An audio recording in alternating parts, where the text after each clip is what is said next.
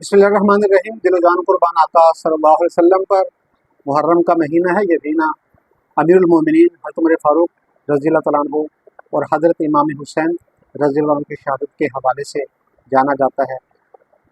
हज़रत उमर फारूक रज़ियल्लाहु तआला अन्हु, जिनका दौर हुकूमत इंतहाई शानदार रहा, आपने एक ऐसी ममलिकत की बुनियाद रखी कि जो आगे चलकर दुनिया के लिए रोल मॉडल बने। एक फलाही इस्लामी रियासत जो अपने तमाम शहरियों को हर किस्म की सहूलियात, उनको तमाम किस्म के हकूक़ मुहैया करने के हवाले से मुतहर्रिक रही, वो निज़ाम हुकूमत हमें अमीरुल मोमिनीन हज़रत उमर फारूक के दौर हुकूमत में नज़र आता है।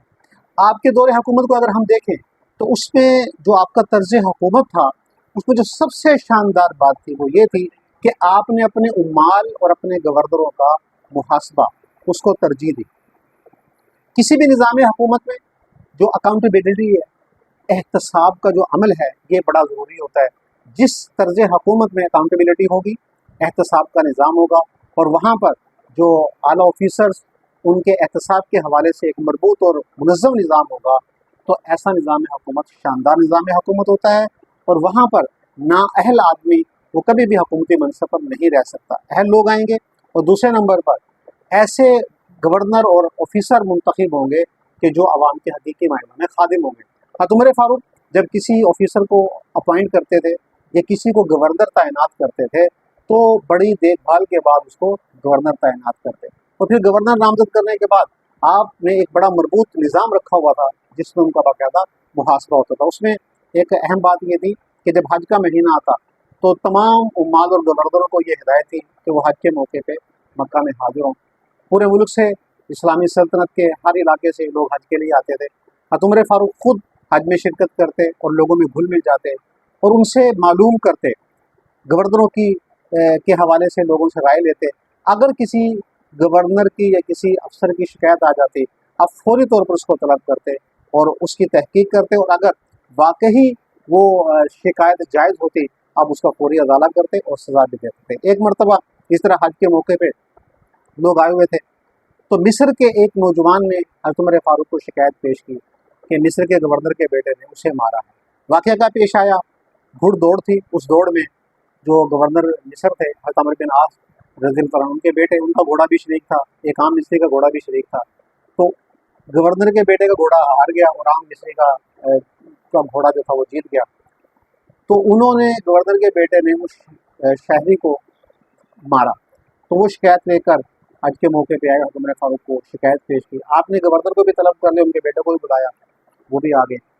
तहकीक की तो वाकई ही साबित हुआ कि ये अमल पेश आया था और गवर्नर के बेटे ने ऐसे शहरी को थप्पड़ मारा था। तो आपने हुक्म दिया कि इसका अजाला किया जाए और जो अमल गवर्नर के बेटे ने साम शहरी के साथ किया है वही सज़ा बेटे को दी जाएगी। तो आपने शहरी से कहा कि आप अपना बदला ले सकते हैं। जब ये अमल हुआ तो वो नौजवान, उसने जब ये देखा तो उसने खैर माफ़ कर दिया। हज़रत उमर फारूक ने उस मौके पर एक बड़ा शानदार जुमला कहा था, गवर्नर को मुखातिब करके फरमाया कि आपने लोगों को कब से गुलाम बनाना शुरू कर दिया, हालांकि इनकी माओ ने तो इनको आज़ाद जना था। यानी हर शहरी आज़ाद पैदा होता है। तखसीस किस चीज़ की है, तमाम लोग बराबर हैं। तो हज़रत उमर फारूक इस तरह अपने उम्माल का मुहासबा करते थे, जिसकी वजह से अकाउंटेबिलिटी का एक बड़ा शानदार और मजबूत निज़ाम नाफिज होता है। फिर एक और बड़ी अहम बात यह थी कि जब आप गवर्नरों को तैनात करते तो आप उनके एसेट्स मालूम करते थे अपॉइंटमेंट के वक्त कि आपके असासे के आप लिख के दें।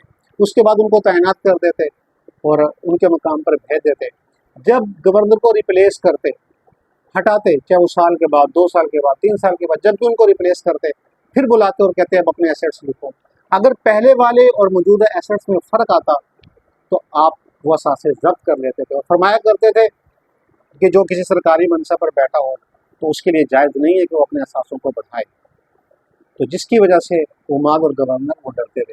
फिर एक और बड़ी अहम पॉलिसी ये थी निज़ाम हुकूमत के हवाले से और एहतसाब के हवाले से कि आपने गवर्नरों को और उमाल को हुक्म दिया हुआ था कि वो ओपन डोर पॉलिसी इख्तियार करें, यानी कि उनका दरवाज़ा हर वक्त खुला रहना चाहिए। कोई आदमी जब भी कंप्लेन लेकर आए तो गवर्नर फ़ौरन उस कंप्लेन को सुने। ये नहीं कि सिर्फ दिन के वक्त गवर्नर बैठेगा अपने ऑफिस में और शिकायत सुनेगा, नहीं, 24 आवर 24 घंटे कोई भी शहरी किसी भी गवर्नर के पास जाए तो उस गवर्नर पर पाबंदी होती थी कि वो शिकायत को सुने और उसका अजाला करे।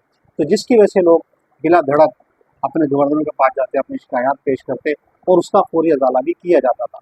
तो ऐसा शानदार निज़ाम हुकूमत हज़रत उमर ने नाफिज किया था, जिसकी वजह से आपके दौरे हुकूमत में लोगों को सुख और चैन की ज़िंदगी मुयस्सर आई और लोग आराम से सोया करते थे।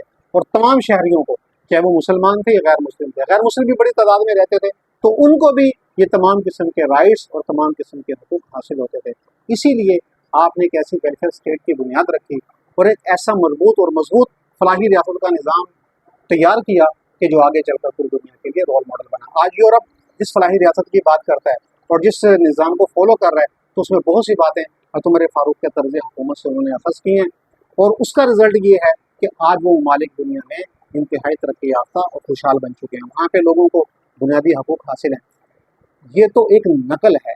जब नकल के ये असरात हैं और इतना शानदार उसका रिज़ल्ट आ रहा है और लोग खुशहाली में ज़िंदगी बसर कर रहे हैं, तो जो असल निज़ाम हुकूमत था तो उसके क्या शानदार नताइज होंगे और वहाँ पे लोग कितने खुशहाली और सुख चैन की ज़िंदगी बसर कर रहे होंगे।